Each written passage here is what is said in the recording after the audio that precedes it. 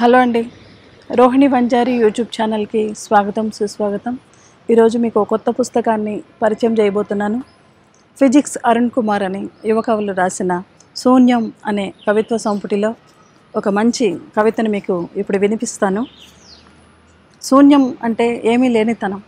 శూన్యం నుంచి ఆయన ఏం కవితలు రాశారు అనేది మనం ఇప్పుడు చూస్తాము. అక్షర జ్వాలై అనేది కవిత శీర్షిక.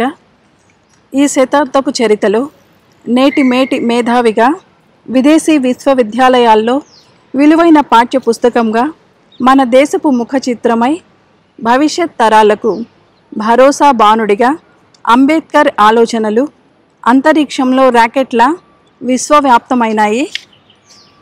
అస్పృశ్యతను అణగదొక్కి వివక్షతను అదృశ్యం చేసి సమానత్వపు సమాజంలో సందేశమై సంచరిస్తున్నాయి.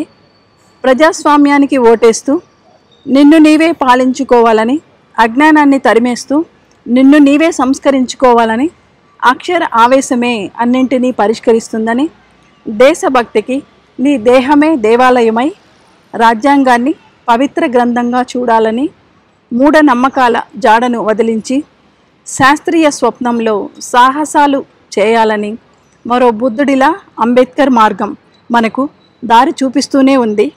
కాలంపై అక్షర జ్వాలై ప్రకాశిస్తూనే ఉంది. చూసారు కదా ఎంత అభ్యుదయ కవిత. అందరూ ఐకమత్యంతో సమానంగా ఉండాలి. నిచ్చెనమేట్ల వ్యవస్థ కాదు మనకు కావాల్సింది, ఐకమత్యంతో ఉండే వ్యవస్థ అని చెప్పారు. ఇటువంటివే చాలా మంచి కవితలు దీంట్లో ఉన్నాయి. ఈ శూన్యం అనే కవిత్వ సంపుటి మీకు కావాలంటే ఫిజిక్స్ అరుణ్ కుమార్ గారిని సంప్రదించండి. ధన్యవాదాలు.